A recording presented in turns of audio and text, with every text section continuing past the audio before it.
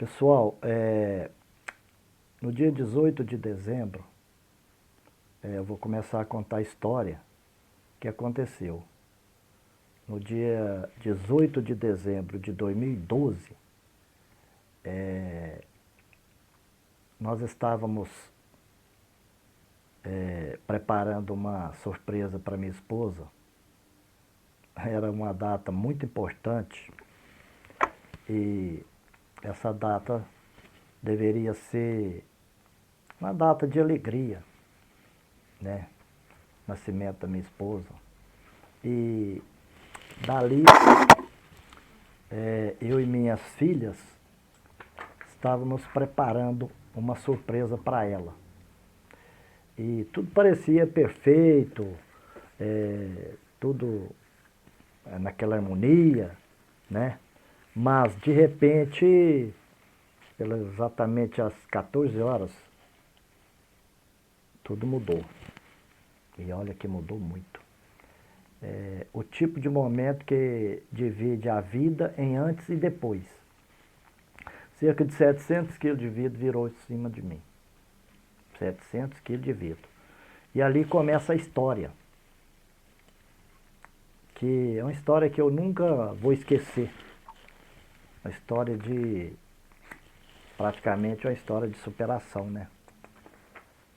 A partir daí, eu já percebi na hora que não sentia mais as pernas. Foi instantâneo. E eu tentava mexer, mas nada. As pernas não mexiam. Foi uma coisa inexplicável. Começou então a correria, desesperada, para tirar os tampos de cima de mim. E no meio daquele caos, no meio de tanta dor, minha esposa gritou: deslizam os vidros. E finalmente tiraram o peso de cima de mim. Eu quebrei o quadril, né? Eu caí de lado. Eu quebrei a bacia. E no meio de tudo isso, se não bastasse, a minha filha Marielle estava ali do meu lado. Nós estávamos dentro de um caminhão-baú da empresa. E era simples a ideia, era só descarregar os tampos de vidro, certo? Mas, e no momento do acidente, para proteger minha filha, eu a empurrei para longe e fiquei de frente com os vidros. Eu tentei segurar, mas não consegui. E num piscar de olhos, tudo aconteceu. Depois de cerca de 15 minutos, naquela luta, naquela batalha, o resgate chegou. O resgate chegou e fui levado para o hospital. Lá foram feitos os exames, ressonância e então o diagnóstico. Esmagamento em duas vértebras, a T10 e a T11, e a luxação na medula. Grave, muito grave. Mas o que veio depois dessa situação foi ainda mais difícil de ser ouvido. Sem o mínimo de cuidado, o médico disse para os meus familiares que ali estavam que havia risco de morte. E se sobreviver, olha só, e se sobreviver, a cirurgia será só para ele sentar. Andar novamente, não. O caso é irreversível. Isso segundo a fala do médico naquele instante. Naquele momento, o mundo desabou sobre minha cabeça. E o que se ouviu ali foi choro, desespero e dor. Em poucos minutos, a esperança parecia ter sido arrancada de todos nós. É isso mesmo. A coisa era urgente não havia tempo a perder e saímos de ambulância da cidade aqui de Divinópolis para Belo Horizonte. Chegamos lá às 1h30 da madrugada e fui direto para a sala da UTI e novos exames foram feitos.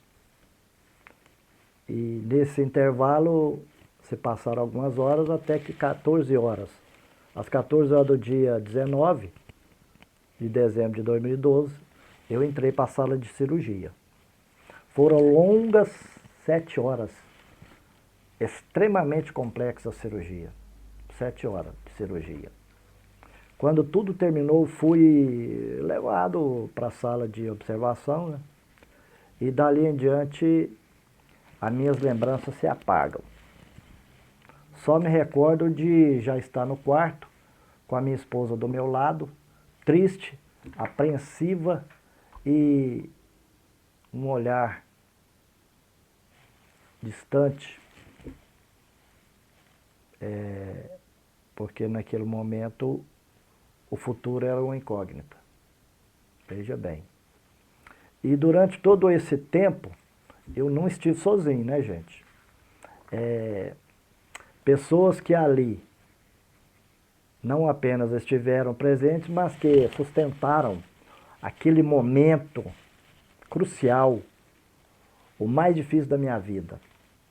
Os dias começaram a passar, aí entrou a primeira semana, a segunda, a terceira, a quarta, mas para mim o tempo não passava.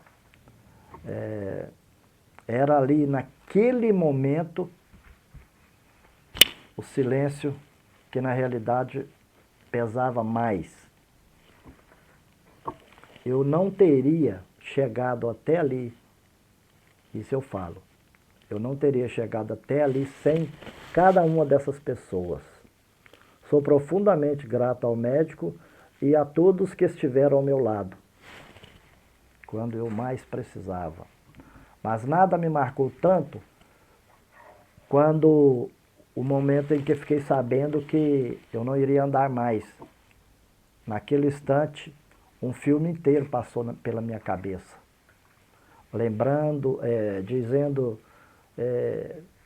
trazendo lembranças, planos e tudo o que eu imaginei para o meu futuro. A partir daquele momento, a minha vida se transformou em uma luta diária. É isso mesmo. E que os dias em que o cansaço parecia maior do que a minha própria força, a cada pequena conquista, por menor que fosse, eu descobri uma força que não sabia que tinha.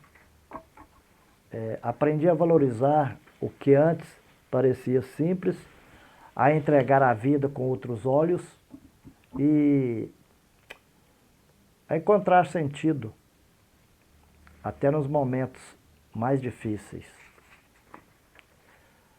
Foi assim, entre quedas, lágrimas e recomeços, que eu comecei a escrever uma nova história. Uma nova história de resistência, de coragem e, acima de tudo, de superação. E a partir dali, a luta se tornou incessante. É uma luta... Tudo aconteceu em caráter de urgência, rápido demais, intenso demais e exatamente como eu pressenti. Era um confronto diário entre o limite do meu corpo e a força que eu precisava encontrar dentro de mim para continuar. Finalmente, recebi alta. E a primeira pergunta que fiz ao médico foi direta, de quando eu voltaria a andar. Ele olhou nos meus olhos, colocou as mãos no meu ombro e disse: firme, você deve ir para o SARA. Lá é um centro de reabilitação. Lá você vai saber a hora que você vai andar. Surreal. Ele foi muito profissional. Ele não queria me magoar. Eu já tinha uma leve impressão, mas ele foi muito profissional. Dr. Guilherme Zanini. Jamais esquecerei dele. Naquele instante, algo dentro de mim silenciou. Eu saí do hospital carregando mais do que cicatrizes. Isso mesmo. Levava comigo uma incerteza que pesava mais do que o diagnóstico. Qualquer diagnóstico. Isso mesmo. Ainda assim, eu me agarrava a uma esperança, mesmo que frágil, de que em algum lugar existiria uma resposta diferente. Ok? E aí, fui para casa. Exatamente.